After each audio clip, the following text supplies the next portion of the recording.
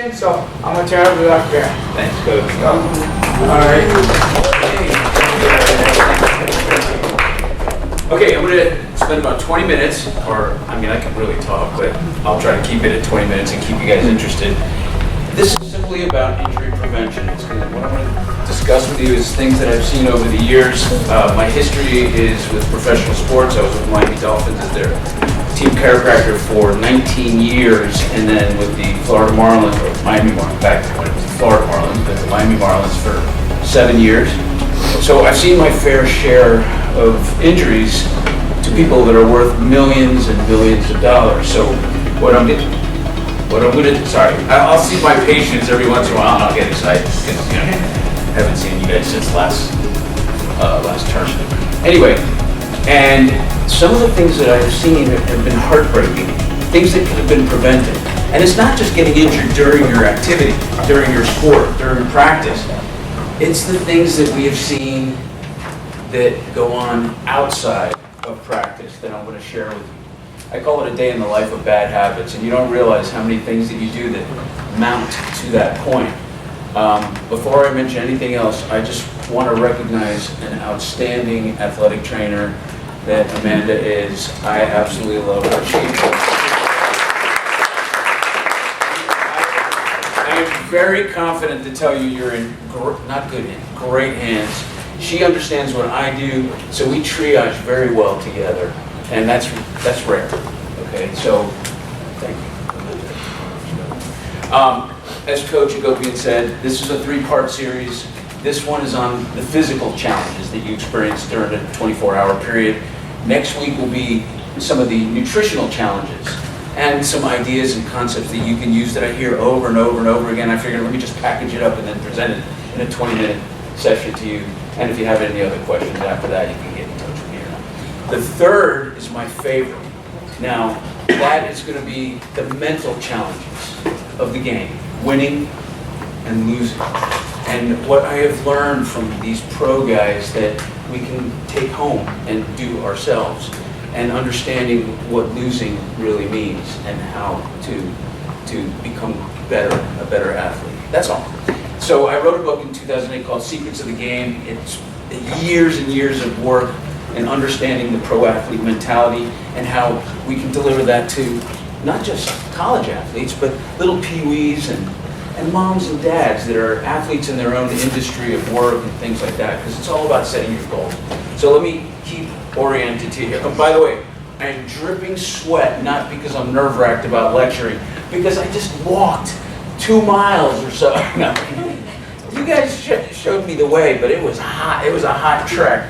Anyway, so I'm actually cooling down right now. So if you see me sweating, it's not because I'm freaking out up here. Okay. So when do you think was the most injurious time for a pro athlete? Close. During the bye week. The bye week. Why? Because they would do typically is now they're out of their conditioning and strengthening phase, and they would sit down for a week and do the things that they haven't done in a while. And some of that, and when I say sit down, I mean sit down and party. Sit down and drink, and then pass out on the couch and wake up in pain. So that brings me into the thought, how many of you actually, there's 3 types of people that wake up in the morning. They wake up and their feet hit the ground running. Anybody? Okay, there you go. Yeah, there you go.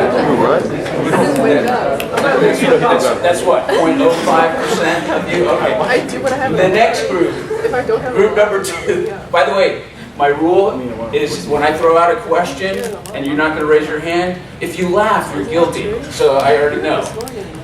Group number 2, they get up and they're sore.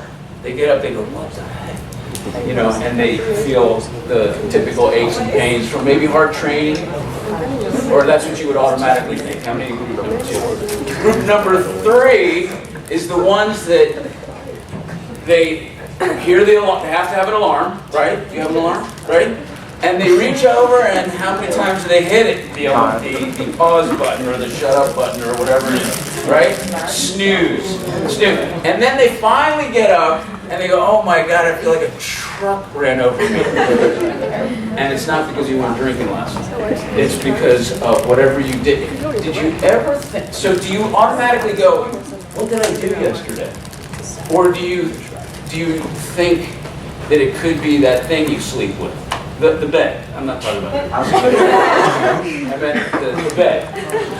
Anybody want to guess how? I mean, I'm imagining some of your beds are like really CRAP, right? Anybody have loved their beds? Love your bed. Okay, love your bed. How long is a typical, I mean, and even an expensive mattress and box spring supposed to last? Anybody want to guess? 7 years. 8 months. 7. Disposable bed. 7 years. The best mattress and box spring in the world is only supposed to last 7 years. So if you're waking up sore, when you're supposed to be resting, and that's the time where all these hormones are exchanging in the body to heal from what you did the night or the day before, and all the training, you're waking up sore. That's not good. So here's your test. Sit on the edge of your bed. If you roll into a canal, that's the perfect, don't worry, it won't roll into your lap. It's the perfect impression of your body, the bed's. Either you gotta rotate the bed, flip it over, but if there's something called, beds do something called canyoning, especially those foam mattresses. They get that little divot that looks like you in the, right? It's a big old hole. And that's not good because that'll keep you in one position. And for those of you ever seen like slow motion video of somebody sleeping and they play it regular and you're flipping all over the place and you go, wow, you move a lot during the time you sleep. But that's because when you lay down to go to bed and you get all cozy and the next thing you know you're on the other side of the room, it's because you've moved around. Your body says, all right, I'm out, but this hurts, so you roll over. And then about 15 minutes, 20 minutes up, you roll back a different way. Your body has to keep moving and changing because too much compression in one spot starts to ache. Now, if you took medication before you went to bed, guess what? You shut off that fire alarm, and your sensitivity to pain or discomfort, and you stay in one position for a lot longer than you should, you end up with an injury, or you wake up and you go, oh my God, or you're in the middle of the night, and how many hands or foot falls asleep? Anybody? Get that numbness and tingling, they have to shake it out? That's pressure on the nerves. So, another option you can do, because I don't know what you are able to do with those beds, is if the bed's too mushy, go out to Home Depot, get a piece of plywood like my grandma used to do, and just shove it between the mattress and box spring so it adds firmness. Ooh, that brings me to another thing. Hi, how are you? That's not the other thing. It's just nice to see you. What is the best mattress? Is it soft or hard? Firm or mushy? Anybody want to guess? It depends on the We've had this conversation, but that was a good answer. Say it again. So proud. Abdul? It depends on each person. Right. Everybody's got a different pair of sneakers on? Well. That bed is the same. That bed is the same way. There is no. I realized for years I would say, "Oh, you got to have a firm mattress," and then I started realizing patients would come in, they would injure their back, and they would say, "Wow, I can't sleep. I had to sleep on the floor, or I had to sleep in a mushy couch, and I felt better." So there's no rhyme or reason. It's really up to you. Okay, good. Next one. What's the best way to sleep? Back, belly, or sides? Anybody want to take a shot? Good. Anybody want to tell me the second one? Side. Come on, you were born this way. Feet. Who said it? Right. Good. Wish I had like gifts to throw out at you. Did you hear that? So back. Fetal position. What's the worst way to sleep? Stomach. Who said that? Okay. Oh, I thought you were your voice over here. Belly down. Why? There's only two ways to sleep belly down. This way and this way. And either way, you're shutting off the nerve supply to wherever that's going. You do that 365 nights a year, you start to change the curve to the neck and start to pinch nerves that are real vital. Whose sport does all, upper body stuff? Javelin, shot put, who else? What up? Discus? What'd you say? Oh, jab. Jab, pole vault. Your accuracy and strength is vital. If you're going to sleep belly down and you're going to be pinching off the nerves onto the dominant side, you're setting yourself up for a less than stellar event or whatever, throw or whatever it might be, because you're pinching off the nerve that comes out to the arm. You need 100% nerve flow to that area. So, okay, is it the hardest habit to break, changing your sleep pattern? I can tell you to sleep face up, belly up, or don't sleep belly down. Here's one of the solutions if you're really committed to not sleeping belly down. Take a golf ball to your chest. I dare you to try to sleep belly down. It's the only way you can change it because you're passed out. You have no idea. I've had to tell patients to do that because they end up with chronic radicular pain down the arm. Okay. All right, so you get up out of bed, you make it up, you maybe crawl up yourself, and then you just finally. And the only thing motivating you at this point is you have to pee, right? So you move to the bathroom. After the bathroom, the second most injurious thing that you can do is, I call it a brush with death. And that is when you go to brush your teeth and what do? You bend forward. The moment you bend forward that early in the morning and your body's not warmed up, you are challenging the discs that are the cushions, the very shock absorbers. And that's when you bring yourself closer to energy. So here's a solution, simple solution. Just plant your non-dominant hand on the sink, that's all. And when you go to brush your teeth and you look at yourself and go, oh, I look like S-H-I-T. Then what do? For those of you in my era, no, even before me, they would have this Dixie cup thing and then they would squish their mouth out and spit that way, but I don't have time for that. So I would bury my face and hook it up into the faucet, and does everybody do that when they brush your teeth, right? Okay, so this movement here simply is like a tripod. Plant yourself, lean forward, spit, suck up water, whatever you want to do, all right? How many of you are thinking right now, this is bullshit because I'm invincible? Anybody? Your honesty. Because the reality is this. You guys are at that age where it's this is petty stuff, come on. But the reality, too, is that these are the things that you don't realize that bring you that close. I don't have a lot of patients. Most of, if not all of my patients are athletes of some sort at different levels. And not a lot of them get injured doing a deadlift or any kind of squat. They were picking up a piece of paper off the floor or something like that. I'll tell you a story in just a moment, but let me get through this. Okay, I dare you to tell me which one of you does the tightrope walk act. Now you brush your teeth, you showered, you're going to grab something to wear, and underwear is the first thing, and you do this. You in blue, cross country, blonde, over there. Tell me you don't do this. I did. And you balance on one foot to put your foot through, and how many would dare to admit that their toe got caught in the waistband and they almost fall? How many fall?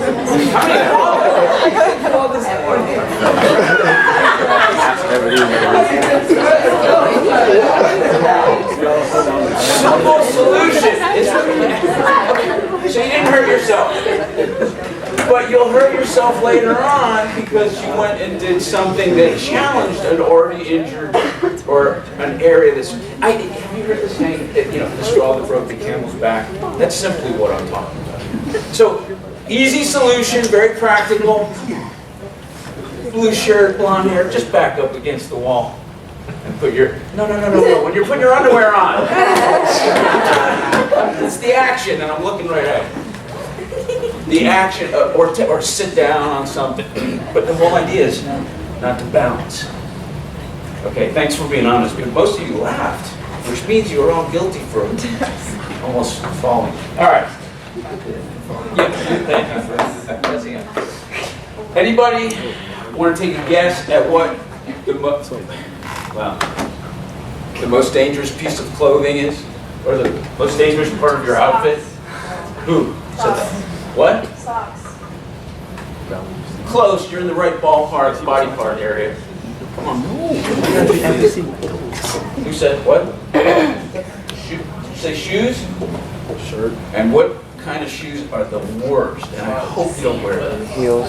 I don't care. No, we're okay with ourselves. I don't care if you wear high heels. Vans. Okay. High heels. Does everybody, well, not everybody's worn high heels, but you know what I mean? Here's the deal with high heels. To balance, when you wear a pair of high heels, your normal inclination is to fall forward, right? What do you do to compensate from falling forward? You are very good. Jean jacket, red hair. You lean back and you arch your back. Now, what happens to the low back? It becomes hyper extended. And you spend time in those heels and you can run in that. I am so impressed with girls who can run in high. They act like they're better than us guys with regular shoes. So the point is, if you're going to be tolerating that to your low back for whatever minutes, you're going to end up irritating the joints of the low back. And guess what? You might not have a problem with it that day. It's all mounting to something that could cause. So what do you do after after you've worn high heels for a couple hours? Get down, do some stretching, and round out the low back to get pressure off these joints. Okay. Let's see. These chairs look pretty comfortable. Are they all over the place in the school, or some of them were really bad? Are the chairs good? All right, I don't need to address that then. All right. Let's see. Okay, let me wrap it up. Who studies in bed? How do you study? All right, never mind. Just put your hand up. How do you study in bed? Sitting up or on your belly? On your belly like this way, right? How many do that? How many study on their belly? Blue shirt, just walked in. Do you study in bed? Sometimes. Okay, sitting? I freaked you out, didn't I? All right, let's think about it for a second. Who sits in bed regular, like all nice and proper, and studies like this, or like this, right? Okay, who lies belly down and has the pillow like this, or the book, or whatever, the computer, and does this, right? Okay, I never ever thought I'd see the day that I would actually tell you that one of the best ways to reverse your text neck, you've heard of text neck, is to lay down, belly down in bed, and hold your head up. Think about it. Think about the position. If this is my body, this is my head, I'm holding it up, and I'm strengthening all these muscles back here. Because I'm going to end with this. You are all athletes, especially track and field, you're gladiators. You may think this is a joke, but I'm going to tell you, there's nothing more impressive than when you walk out onto the field with great posture. And this isn't just a chiropractic thing. People will peg you from a mile away without having said one word to you going, I got that person beat, or I'm afraid of that person. You choose.